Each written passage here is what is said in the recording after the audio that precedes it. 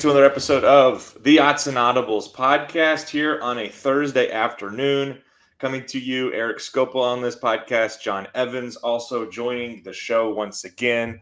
John is going to be a regular here, especially while Matt is on leave and maybe a little longer. We'll see how things play out here. But certainly previewing shows and also post-game shows you can expect to hear or see John on the podcast. He's done a great job for us on the site as well. So be sure to go check out his content over on DuckTerritory.com. Big one this week, John. We're getting treated to a couple of top 10 matchups in a row here. I don't know if we necessarily were predicting that in the preseason. I know when I was looking at this Indiana team, I was impressed on paper with some of the personnel they brought back, but I also was, I think, a little bit wary of their quarterback play, and clearly that's not a weakness at all. And I think that's kind of the logical place to start. John wrote a story on Thursday morning, kind of comparing the strengths, the weaknesses of Fernando Mendoza and Dante Moore. So I'll kind of let you take it away here, but it stands out to me that this is probably the best quarterback head-to-head matchup maybe we've seen from Oregon since you go back to like a Bo Nix, Michael Penix kind of era. Yeah, I think that would probably be true. And I think it's the best matchup you've seen you're going to see between two quarterbacks around the country this season. These are guys that I was reading Dane Brugler from The Athletic just updated his top three at every position today. I was reading that during class earlier, and he had Dante number one as his quarterback and Fernando Mendoza as his number three quarterback just behind Lenora Sellers. So these are two guys that not only are they looking like Heisman candidates for this season, but are looking like potential top picks in the NFL draft next year.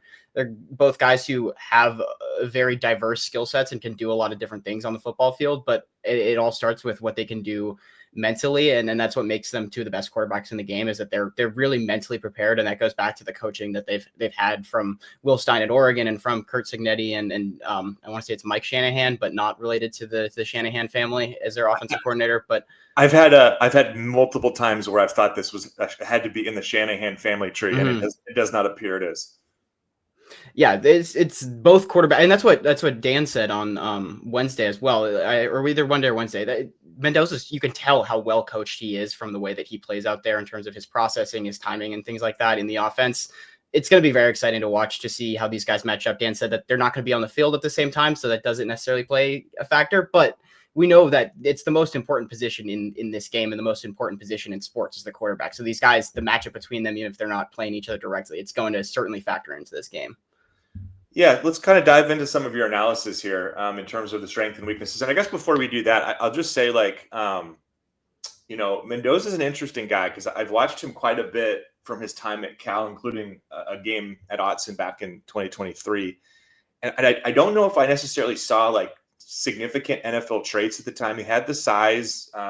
He always seemed pretty accurate, but I kind of wondered about his ability to run an offense with the consistency. And again, I think a lot of this is situation, your surroundings play a big role here. And obviously at Cal lacked probably kind of the same sort of offensive line and receiver talent as he's playing with now in Indiana. But I guess I'm surprised that we're at this point here where I've just pulled this up on PFF and you ran through kind of what Dane Brugler was writing. But if you just go pure passing grades, PFF has Dante Moore 7th in the country and Fernando Mendoza 14th. So these are two of, even based upon the grades that are done here, clearly two of the best quarterbacks in the country.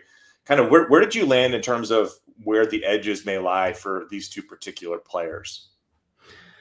The advantages lie in the specific parts of their game that they can kind of create that with. For Dante, it's his playmaking out of structure that he showed off against Penn State, his ability to avoid those negative plays. And both of these quarterbacks do a lot of the same things super well. So it's hard to kind of distinguish from them like that. But can Mendoza elevate a little bit more than Dante in terms of his accuracy and ball placement and getting the ball to his receivers so that they can have an opportunity to throw those yards after the catch? And then can Mendoza be able to and then can Dante be able to make those plays out of structure, show off that arm talent that he has to be able to hit those deep shots downfield like he's done throughout this season and be able to elevate his game that way. So both these quarterbacks are going to play very high level football. I expect to see that unless one of these defenses comes out with something unexpected and somebody's not ready for it. But it's going to take somebody not meeting that level for one of these teams to kind of separate themselves. I think the standard is going to be set by whoever is on the field first at quarterback, and the other guy is going to have to match that.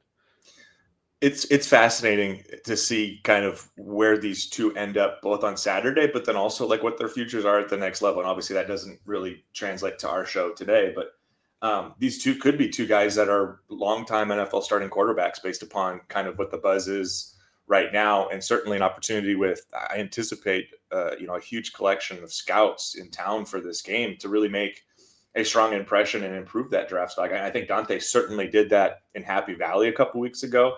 This is an opportunity for him to kind of cement that and kind of solidify himself, I think, not only in the Heisman Trophy race, but also as potentially QB1 draft pick one as early as the 2026 draft. John, when we look at these offenses, because I think we'll stick on that side of the ball first, let's focus on Indiana. This is a very heavy RPO scheme. This is what Kurt Cignetti has run for a while, whether it be at James Madison or now at Indiana. What from your perspective, like what are the keys? And I know we had some Oregon players talk about this. What are the keys for kind of slowing an offense that is so reliant on kind of that one sequencing of plays? Yeah, this is what Dan said when I asked about it this week, is that you got to farm your land and then trust that if you do your process, know that the person next to you is going to do their process. So that comes down to your linebackers have to stay disciplined and keep your eyes up and in the backfield, and same with the safeties and stuff like that. So you're not just reading blockers and following that way. You got to actually read where the football is, because Mendoza can pull this thing down at any time and hit Omar Cooper for a quick slant that he can take with his yards after the catch ability. So it is about staying disciplined and having the mental capacity and the scheme there, because that's what exactly this offense is meant to do, is to stress those players, stress those linebackers, stress those safeties, and put them in conflict where they don't know if they're playing the run or playing the pass, and then you can take advantage of them there. But if you stay disciplined and in your roles, Dan and Tosh Lupoi are going to have a plan to stop this. It comes down to the players being able to execute that though on the field. Yeah, I guess my point of curiosity here is you've seen this offense be really successful, and this is something I kind of dove into this morning, especially kind of looking a little bit closer at Indiana. You see this offense be really successful now in 2 years straight against a little lesser competition, but when the caliber of competition rises, and maybe I think in particular the level of athleticism rises, maybe those margins for Indiana to find that extra space are eliminated because of just the speed and recovery and athleticism. That's where I wonder with this Oregon defense here, with the speed in the secondary, the speed at the second level at linebacker, what they have, at safety, especially with Thieneman and Flowers. Like, I wonder how much they're able to kind of minimize some of those advantages they do get with kind of that misdirection. One of the stats that I ran through today, which was kind of interesting for me, was, they played 18 games at Indiana with Cignetti there. 4 of them were against top 12 defenses. That was Michigan, Ohio State, and Notre Dame last year, and then Iowa earlier this month, or I guess like at end of last month. And they only scored 2 touchdowns in each of those games. And then you look at the rest of the games against other opponents, ranging from middling to lesser Big Ten opponents to lesser non-conference opponents, and their average is like 6.7 touchdowns per game. And I know that's not an exact science. I know Indiana's team last year has different personnel than it does this year, but I'm wondering if you see possibly that trend kind of makes sense of if you're playing against some of these elite athletes, and there are so many Sunday players, especially I think about Ohio State, Michigan, Notre Dame, and now Oregon, if that can kind of mitigate some of the advantages you get schematically from like you kind of ran through that the RPO creates. Yeah, well, I think back to the game that they went. I think it was at Ohio State last year, and they go down their third. I think they had the ball first. It's like a 10+ play drive. They go down, immediately score on Ohio State, and then after that, Ohio State just completely shut them down. And you could see, hey, Cignetti had this. He had a script for this first series. They knew exactly what they were doing. Everybody felt really comfortable. But as soon as you got beyond that, Ohio State's talent was too much to overcome, and it was a ton of punts. I think Caleb Downs returned a punt for a touchdown, even. Then you could see that kind of separate. So I could see something like that happening where Indiana comes out and they look ready for this game to start it. They have a script that they like and are able to march down on that first drive and score a touchdown, or even, first 2 drives. But eventually I think Oregon could just overmatch them in terms of the talent, especially that they have on that defense, on that defensive line. They just have better athletes than what Indiana has. Indiana's their best option, I think, is going to be testing Oregon's secondary.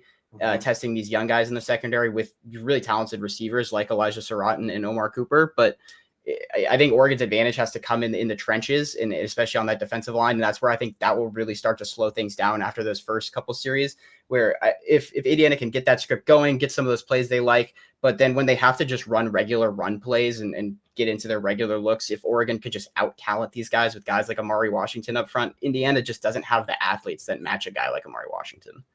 That's also another thing I wanted to hit on was just the trench play here of, I was sent some clips, some buddies of mine. I think it came from was it Landon Treadwell, who's been doing great work there, former Penn State offensive lineman. He had some cut-ups from the Iowa game, and just Khalil Benson, the right tackle for Indiana, just had a heck of a time staying in front of some speed rush. And I guess I'm wondering how much of an advantage that could be for Oregon here. Indiana's offensive line, I think, is good, but not great. I think you love what they have at quarterback. You like what they have, especially on the outside at receiver. A couple talented running backs that are certainly capable of making the most on rundowns. But I think a big potential advantage for Oregon is if they're able to hold up on first and second, is letting Tatum and Mateo and some of these guys come off the edges, and really making things difficult on Mendoza, because you saw the splits. Like I was incredibly impressed with Mendoza. I think 40 of 43 against Indiana State and Illinois, completion percentage in the 90s, 10 touchdowns, 0 interceptions. And then we saw it come back to earth against Iowa a little bit. That was a very competitive game that kind of could have gone either way, even with Iowa being without the quarterback late.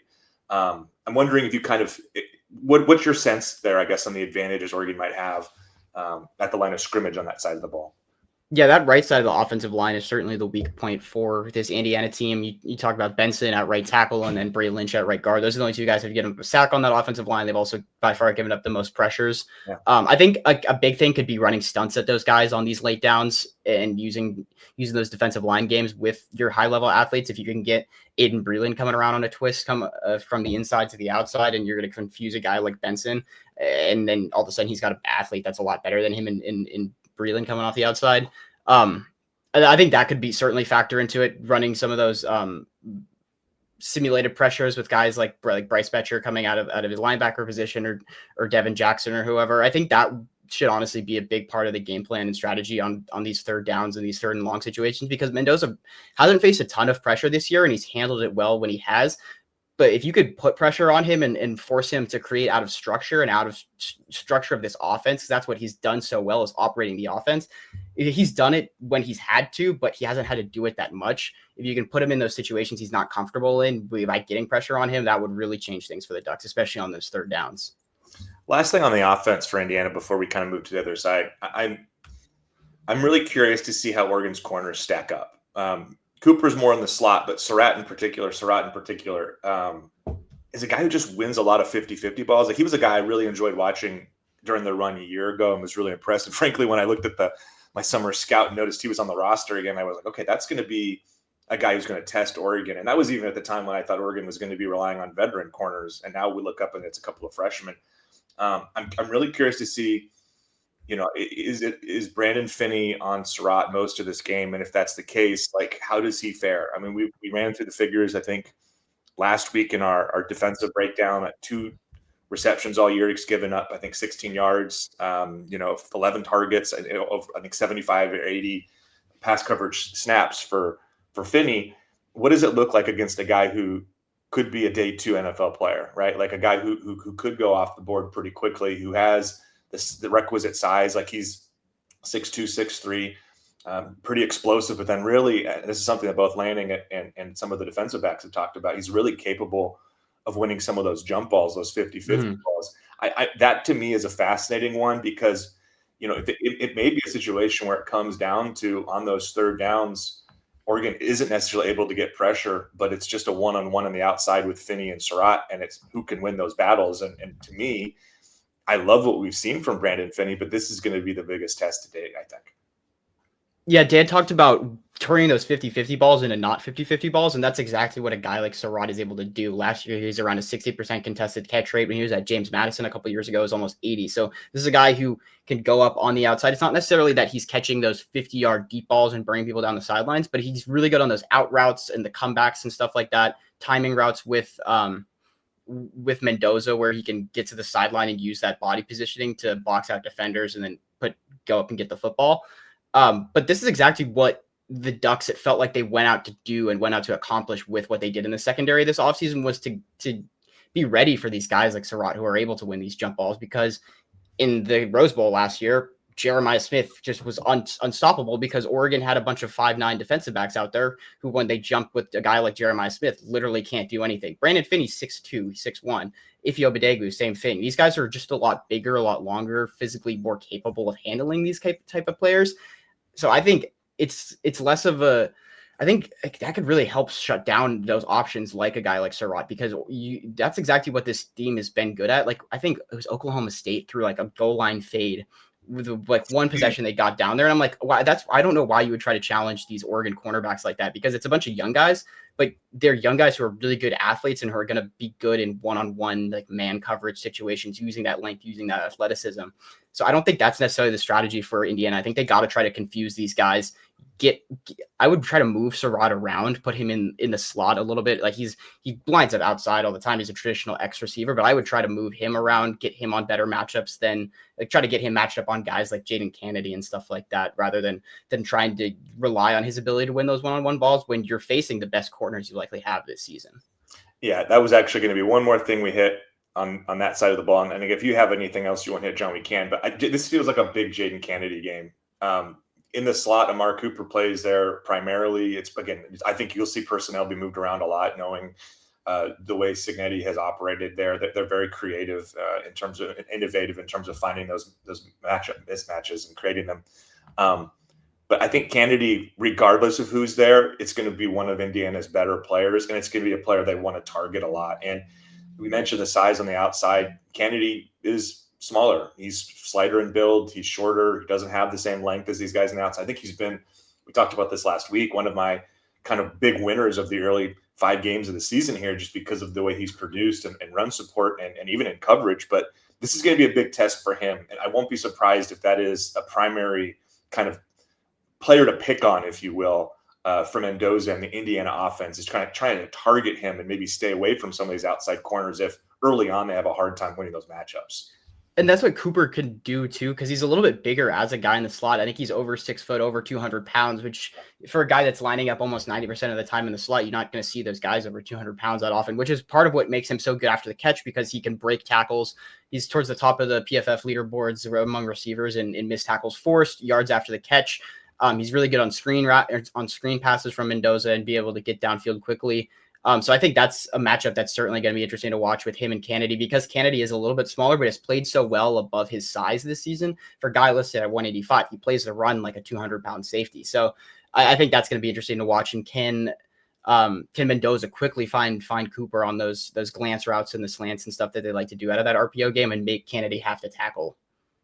Anything else on when Oregon's on defense you wanted to touch before we go to the other side? I think it really starts with shutting down this run game for Indiana, because they've, as good as Mendoza's been, I think they're a top 5 to 10 rushing offense in the country in terms of the yards they're putting up, yards per game, yards per carry. I think are both up there. And it's because that they do the RPO stuff. They run the ball with those RPOs. So you can catch teams off guard a lot in lighter boxes. I think the defensive line has to play a really strong game. And I would look to guys like Tion Gray, Terrence Green, Bear Alexander on the inside. Those guys need to I don't want to say step up, but they need to have big games and be able to stop those runs on the inside to shut down what Indiana wants to do with these RPOs.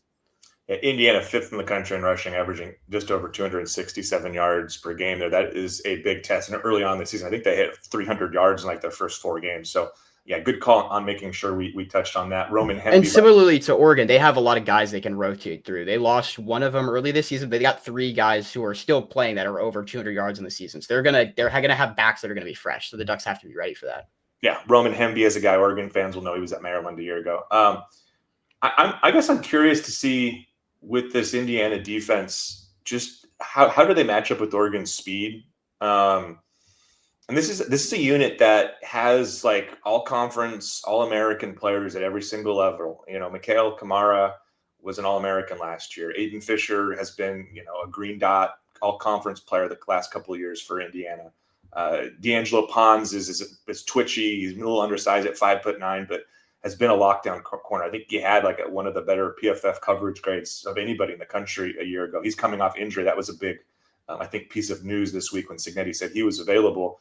I'll kind of let you pick where we start, but what is it in particular? Is there a part of this matchup that you really stands out to you when Oregon has the football? Is there part of the Indiana defense that you think is exploitable? Kind of where does your mind go when we start talking about this side? Similarly to the defense, or for Oregon, it starts with the trenches for them up front, the offensive line. I think on Twitter earlier, it was like the Indiana defensive line, like their average weight's around like 200 or like 270 pounds. They've got like one guy over 300 pounds. And in Oregon, it's got a bunch of 330 pound dudes on this offensive line. Poncho's listed that big. Pregnon's listed that big. Iuli's listed. You got all three on the guys on the interior line are like 330 plus. And then you got two really good big guys at offensive tackle. So you just have a size advantage over this Indiana team, and you got to be able to push them off the ball, push them around. Poncho has to have the Poncho and Pregnon combination blocks, I think, are going to be really big for this team. And if they can move people to that left side of that offensive line and create big gaps that way, I think that would be the area to attack, less so than behind the right side of the offensive line. But I think that's where it starts for sure, is moving those guys off the ball up front and be able to have a good rushing attack so you can set Dante Moore up in these advantageous positions. Second and short, that he can all of a sudden you play action. They're not ready, or Indiana's not ready for it, and you can hit a deep shot over the top. I'm happy you touched on the size discrepancy in the trenches, because it's funny. I was texting with a friend of mine who, we've been following this program for a really long time. Indiana feels like where Oregon was in the Chip Kelly era, where they're winning based upon scheme, and they have smaller players kind of in both trenches. And the talking points coming into these big games, I remember when Oregon would be playing an LSU, would be playing an Auburn in a national championship, or even playing like at Stanford or USC, it was Oregon has smaller players in the trenches. They're going to have the speed advantage. They're going to have to exploit things on the outside. They kind of have to move away from the middle of the field. It feels like the shoe's kind of on the other foot now on both sides of the line of scrimmage. We could talk about, we just did the whole breakdown when Indiana's on offense, but Oregon is going to have a heft advantage as well in the interior of that line with a bunch of guys that are 330 and above. And so I am curious to see, like, what kind of run game success is Oregon able to have on early downs? I've really enjoyed watching like some of these guys just get out in space and pull, even though they are 320, 330 pound guards and tackles. Like I know Pregnon has been your favorite guy to watch. Harkey's another guy I'd like to watch when he gets to the next level. I'm curious to see kind of what Indiana can do to mitigate some of that. And really the size advantage, especially on the edges, it feels like that's an area where Oregon can win. And, I think the run success rate has been better off tackle than between tackles for the most part this year. That feels to me like another area where, like, yeah, if Oregon's going to have the success on first and second down to let Dante win on third down, it feels like they have to be able to win on the outside. And I do go back to that Northwestern game where there were some kind of iffy moments there. And I kind of wonder how much of what Indiana is going to do is based upon some of the things that they saw Northwestern have some success with. Yeah, you talk about like a north-south team versus an east-west team, a team that can kind of just go through their opponent and is like where Oregon might be in this matchup, being able to just go north-south, not having to go around your opponent, not having to get to the outside and use those jet sweeps and all the creative spread stuff that it was when it was Chip Kelly back in the day. Oregon's going to have to create those advantages offensively where you just use your physical dominance. I think it's going to be a lot of inside zone, a lot of duo, running it up the middle, trying to kind of impose your will on Indiana defensively, and then get them to creep up and try to think about those things, and then try to let Dante rip after that, and open things up where all of a sudden you do got a one-on-one matchup with D'Angelo Pons, and you can let your guy like Dorian Moore go up and make a play on a smaller corner, even if he is one that's very good in coverage. I'm not suggesting it's actually going to be quite this, look quite like this, but do you remember that back in 2022, Oregon played BYU, and there was I think a series right before the end of the half, and they just went jumbo and just pounded it down their throat for like 6 straight minutes, scored a touchdown to go to half.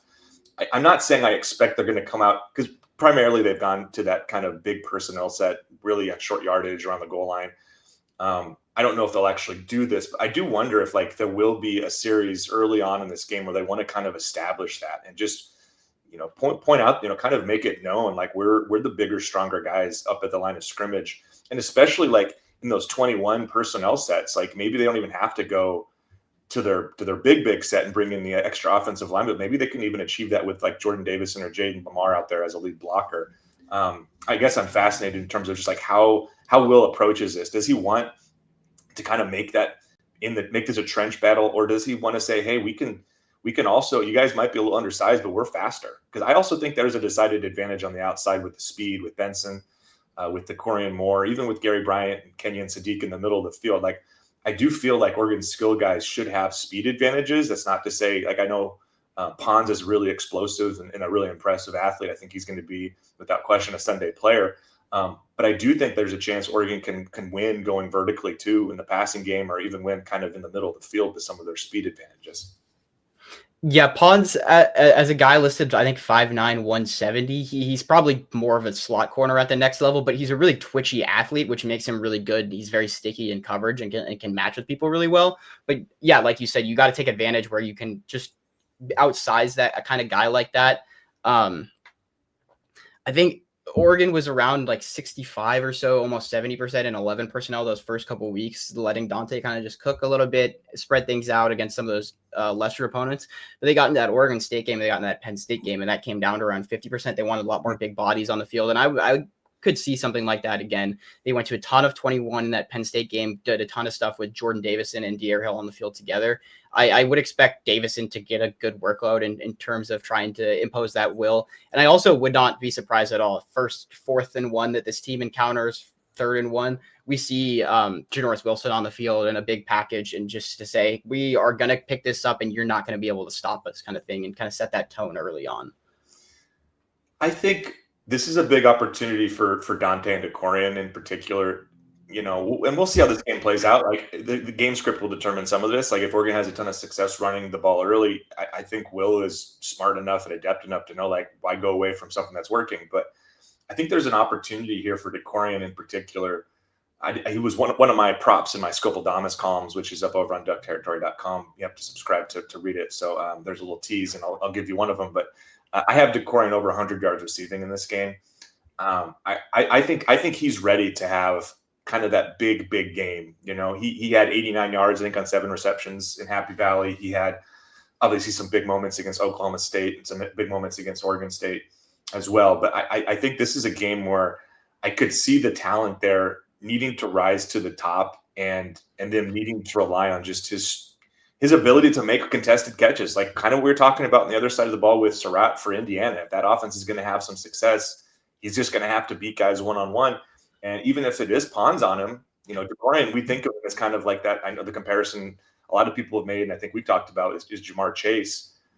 He's going to actually have a size advantage in this one. This isn't going to be one of those games where he's a little undersized. So what do you think about Dorian here in this game? And what do you think the odds are my 100 yards or over prop hits, John? Should I feel pretty good about it? I think that's an interesting one for this one. I think we've seen him develop into more and more and take on that like true number 1 receiver role throughout the season. And I feel like the Oregon State game, that's when you really started to see those back shoulder balls become a weapon that these other teams don't really know how to handle.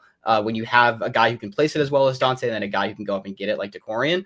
But I was so impressed by the way that he was like the go-to guy in some of these situations for Dante Moore in that Penn State game. The fact that you go into that game and he comes out as the leading receiver, 7 receptions in an environment like that, that's a big game.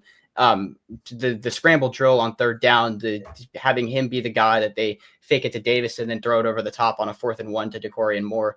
He's continued to develop into more of that trusted true number 1 receiver in this offense. And I would not be surprised to see him get that first 100-yard game of his career pretty soon. We're going to go to props and some predictions after the break here in a moment. But John, I want to do the same thing I did earlier on this side of the ball. Is there anything we haven't hit on that you think is important just to talk out here about this offensive side of the matchup? I think it's just going to be coming down to, can the Ducks establish that run early, and then can Dante make those plays that he needs to separate himself from Mendoza? Because both those guys are going to operate their offenses cleanly, but I think it's which quarterback makes those necessary plays on scramble drills on 3rd downs to be able to pick up conversions and keep the chains moving. Dante's shown the ability to do that, and I think that might be a separator for him in this game. Mendoza's good on those, but he's not the level of thrower on the move that Dante is, and some of the off-platform stuff that Dante can do with his arm angles and things like that. You saw it in that Penn State game, stepping around a guy like Dennis Sutton and dropping that arm angle down to hit Gary Bryant for that game-winning touchdown. I think Oregon has a lot of advantages in this game. Like we talked out a lot of the places we think they have advantages. I think the one place that really could flip this in Indiana's favor is if we see Dante Moore kind of have that young guy piss down his leg game. I hate to say that, use that term necessarily, but that game where he just kind of makes some mistakes and it reverts back to some of the errors we saw against UCLA. It really feels to me like if Oregon plays clean football, and they've done an excellent job of this all season here. One pass intercepted all season. I'm trying to think back to fumbles. I'm not sure if they've lost a fumble all year. John, you can correct me if I'm wrong on that one. Either way, I don't think so, no. Yeah, I'll pull this up actually really quickly. I can do this on the fly here. Turnover margin, Oregon turnovers lost. They've lost one turnover. It was the interception. But my point is, like, if they play a clean football game, I don't see Indiana really having the fire. And that's not a slight on them as much as it is like a level of confidence on what Oregon presents. I don't know if they have the firepower to outmaneuver Oregon. But if this is a game where Oregon plays sloppy, and this was kind of the storyline going into the Penn State game and why I ended up picking that side of big game, young team going against more experienced team, maybe the younger team makes more mistakes. And that wasn't the case. Like Oregon played not perfect football, and it was, I think, frustrating at times that they weren't able to punch in some drives and that they struggled on a couple of spots and key downs, and credit to Penn State for a lot of that. But it feels to me like if Oregon plays its A+ game and Indiana plays its A+ game, Oregon wins and maybe wins pretty decidedly. So that's kind of maybe a tease to where I'm going here in a moment. But I just think if Dante Moore plays to his standard, I have a really hard time expecting Oregon not to win this game. Yeah, I think that pass rush is going to be a huge key for Indiana defensively. You mentioned guys like Kamara on the defensive line. They do have talented guys on the defensive line who have been able to put pressure on your opponent so far. They haven't faced a line as good as Oregon's, but the Ducks they protected Dante Moore well, but it's not been, I don't think it's been quite as good as some of these other Bo Nix seasons necessarily. Dante's done a phenomenal job at being able to navigate that pressure. His pocket presence is phenomenal. Is for a guy his age at 20 to be able to navigate the take one sack on these 30 like pressures that he has this year is pretty crazy. So I think they got it because you got to put pressure on Dante, and that's how you're going to be able to force him into those mistakes and make him feel uncomfortable, where you do have potentially, he looks like a young guy out there game. Indiana, one of the more impressive teams in terms of havoc rate this year. They are third nationally with 49 tackles for less. All right, we're going to take a quick break here, and then we're going to come back. We're going to do some props. We actually have a new segment here, a new way of formatting this, so hopefully people enjoy this, and then we'll make our game predictions to close. All right, welcome back to the Autzen Audibles podcast. We're trying to do something a little different here with Matt on break. Typically Matt and I would each come up with our own 5 predictions and go through those, or actually I think we would do 4 plus the game prediction.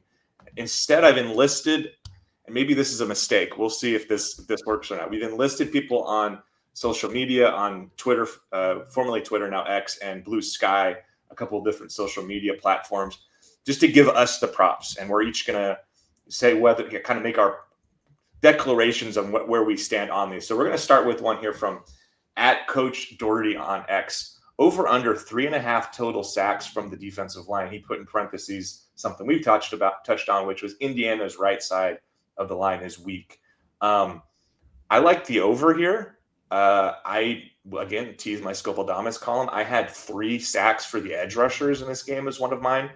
Kind of talking about what we mentioned earlier with Khalil Benson and some of the maybe advantages Oregon has athletically, edge rusher versus offensive tackles. So I like the over here. What about you?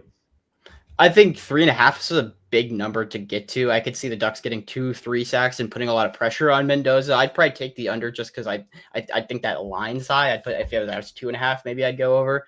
3.5 is a lot of sacks to get to. I don't think Oregon's gotten to that this year. I'd be curious to know, looking back, when the last time they had 4 sacks in a game was. But I think putting pressure on Mendoza will certainly be key. And I think they'll get at least 2 in this game, though.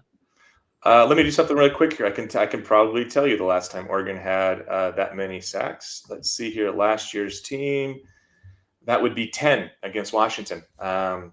That game, that game. I'm mad at myself for having to look that up. That should have been right off the brain because that was a memorable one. Okay, second one here comes from Dr. Quacks on X. This is one of our favorites. He's been very involved in the mailbag show, which, by the way, we'll be coming back next week. We will be doing another mailbag. Sans Matt. For the first time this season, the Ducks going to halftime trailing their opponent. Yay or nay on that one, John? I'll let you go first.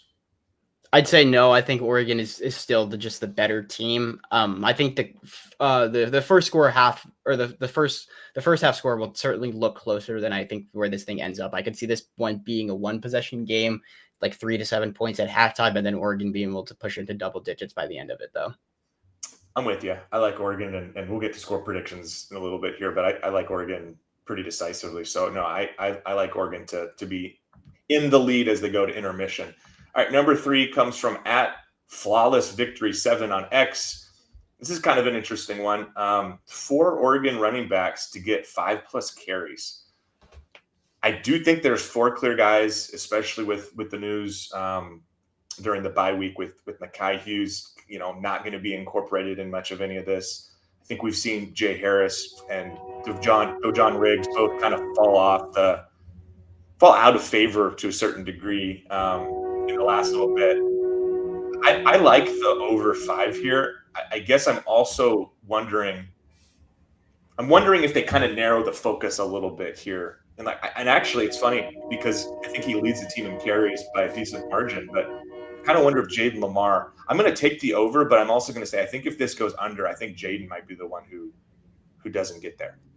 I'm with you there on the Lamar. I think they don't necessarily want him to be that primary ball carrier as much as these other guys, as much as Whittington, and then the 2 freshmen will have those more specialized roles in terms of being an explosive guy and being a short yardage guy. But I think they could certainly hit that mark. 4 guys, 5 carries last game. The only guy that didn't get there was Davison. He had 4 carries, and that's also because Dante Moore carried the ball 10 times. But against Oregon State, they had everybody get there. I think they're going to want to continue to spread that ball around within the running backs and just keep everybody fresh. The more guys you have who you can trust to give carries to, the better. So I think 5 for everybody does definitely make sense.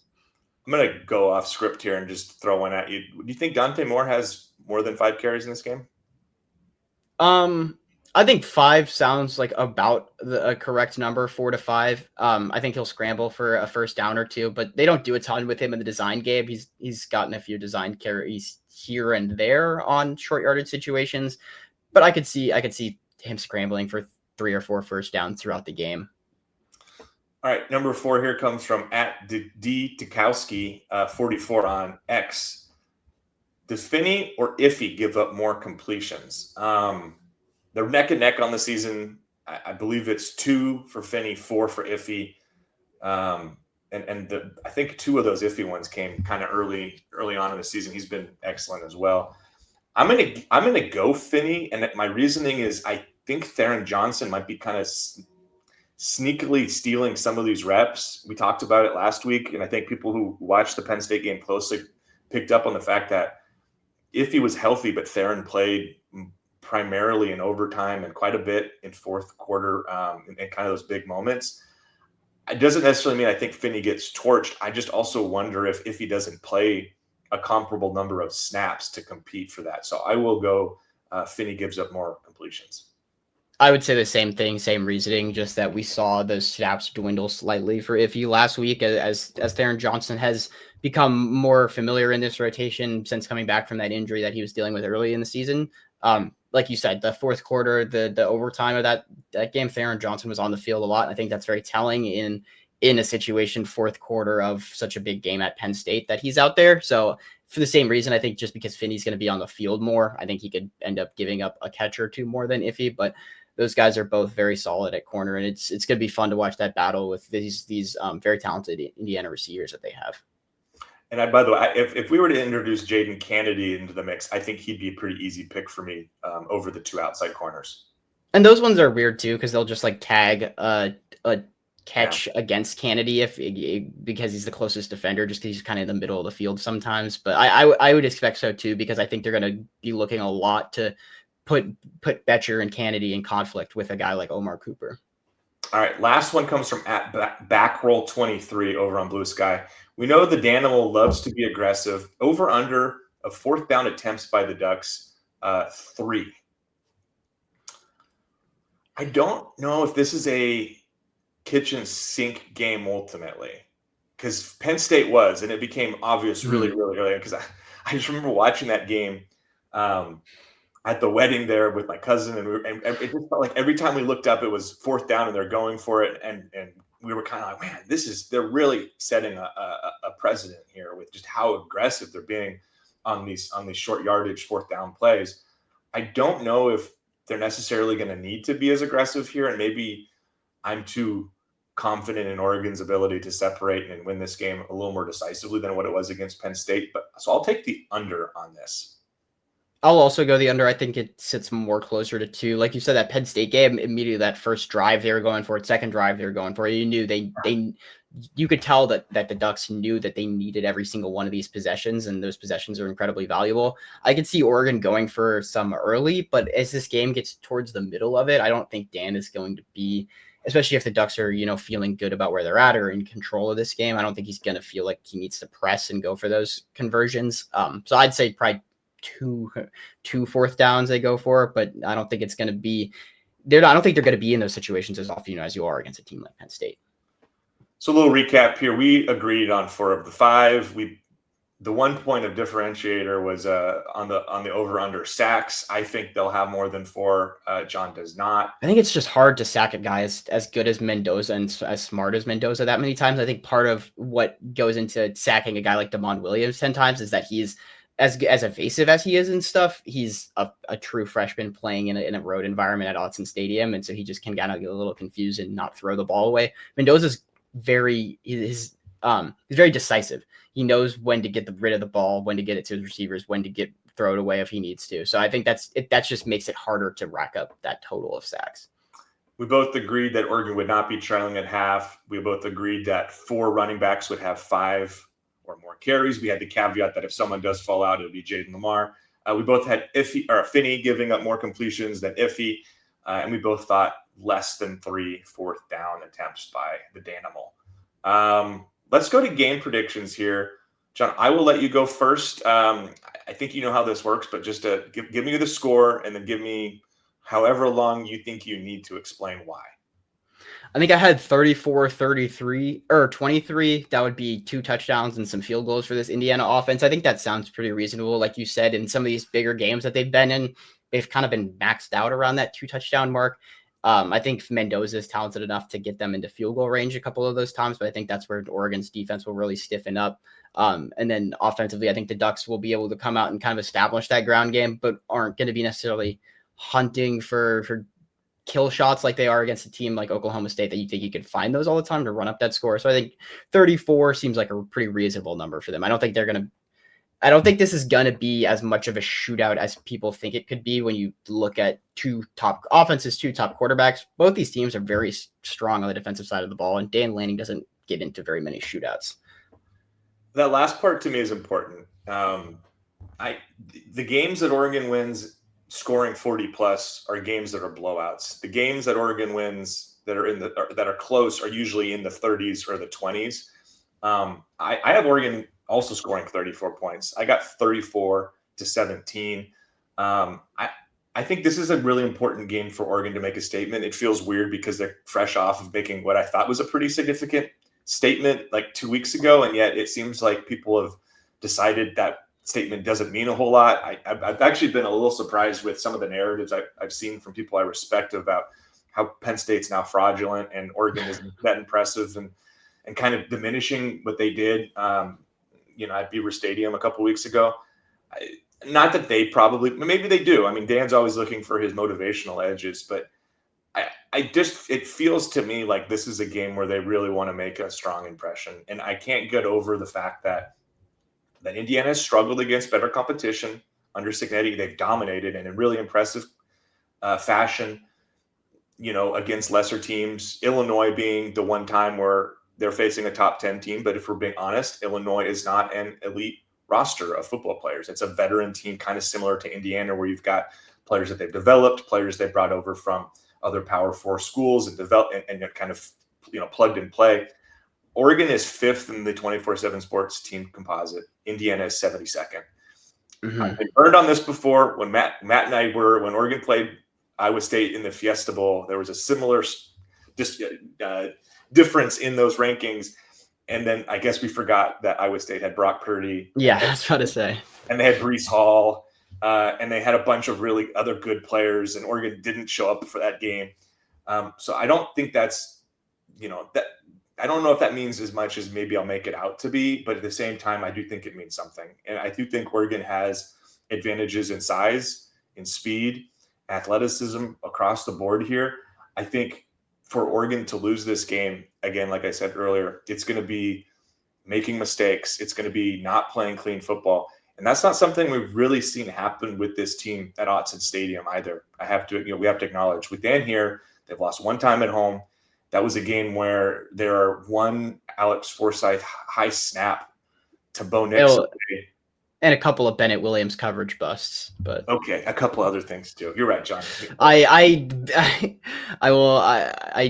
Bennett Williams did a lot of good things at this school, but I will never forgive him for letting all of those receivers run free at my first experience as someone who grew up a mile from UW of the UW Oregon rivalry on that other side. So yeah, I don't blame you. But my point is, I just don't expect they lay an egg. I don't expect that they play a sloppy, ugly game and they make a bunch of mistakes and they give Indiana the advantage. I also think like if they don't start fast, I think this team has catch up speed. I think this is a team that can make things up if they are behind. So I like 34-17. I think this is a decisive win. I think this is a win that kind of solidifies Oregon as one of those national championship contenders. I think there is a separation between Oregon and Indiana. I know there are certainly people in the Midwest who don't believe that's the case. And maybe we're going to look really silly in 48 hours here, and we'll be doing a podcast talking about how Oregon maybe isn't up to snuff and how Indiana was the better team, et cetera. But I would be really surprised about that. And I think my confidence level in an Oregon win is very, very high. My confidence in like a cover isn't through the roof, but I do see a scenario here where Oregon wins decisively enough where the national narrative kind of returns to where it was 2 weeks ago. And people kind of go, well, that was a Penn State problem, not an Oregon problem. Lanning does such a phenomenal job at getting his teams up for these games and getting them the PowerPoint presentations that he does in these meetings and getting them energized. I think it's going to be emphasizing, hey, these guys think they're like us and they're not. Some of the same messaging he had against that Oregon State game. And I think the pressure is a little bit more on the Ducks here because this is the last ranked. Well, now that Penn State's not ranked anymore, this is the only ranked game on Oregon's schedule all season. They're not going to have another chance to necessarily test themselves against a top opponent like this. Indiana has a game at Penn State later this season, and if they don't get this one, that's their target to go get that game. But Oregon is going to be the favorite in front of their home crowd, the team that's expected to win. So I think a loss for the Ducks hurts a lot more than even like a win helps a team like Indiana, because I think a loss for the Ducks is then it's, wait, what is this team? Because I don't think people really believe in Indiana like that. I think Indiana could go into this game, lose by 14 points, and come out and people still think about generally the same thing about Indiana. If that it's a loss for the Ducks, I think everybody starts to think, what is this team that beat Penn State, but what is Penn State now? I think the pressure is a little bit more on there. I think Dan Lanning's going to make sure that these guys are ready for that. I like that you went there kind of at the end. That was something I talked about on the Indiana 247pigs.com podcast earlier today. Was I just don't anticipate the national opinion lessons for either team coming out of this game. And I say that while saying I expect Oregon to win by 3 scores. I don't think the narrative is going to be, gosh, Indiana is not a good team. I don't think this is going to invalidate their season or their program. And I wouldn't be surprised at all if this is a team that is in, the fringes of a college football playoff appearance once again. I just also think Oregon is, to me, a little bit of a tier above Indiana. And again, we may look silly saying that in a couple of days. I can acknowledge that. And if I'm wrong, I'll eat crow on the post-game podcast, just like I ate crow after picking Penn State 2 weeks ago. I have not had 2 picks in a row go wrong in my entire time doing this, by the way. I think I've only had 4 games I've gotten wrong since 2021. So I feel pretty comfortable kind of staking that, but we will see. Saturday is going to be a lot of fun. John and I will both be up in the Autzen Stadium press box checking this one out. We will jump back on sometime in the evening, recapping what we expect to be a big-time game. John, I don't think is pulling the long day and going to College game day at 6 a.m. Not this year. Not this year. Time. Sabrina Ionescu will be there. She was announced as the guest picker. Should throw that in here before we sign off. But going to be a really fun weekend. setting up to be another clash of top 10 teams. And I'm fascinated to learn more about this program. I think we learned a lot in Happy Valley, and this is either going to kind of reaffirm some of those lessons, or it's going to, like John said, maybe make us question a little bit more about where this team really is at and who they really are. So that'll wrap up for this podcast here on the Autzen Audibles. For John Evans, this has been Erik Skopil. Talk to you later.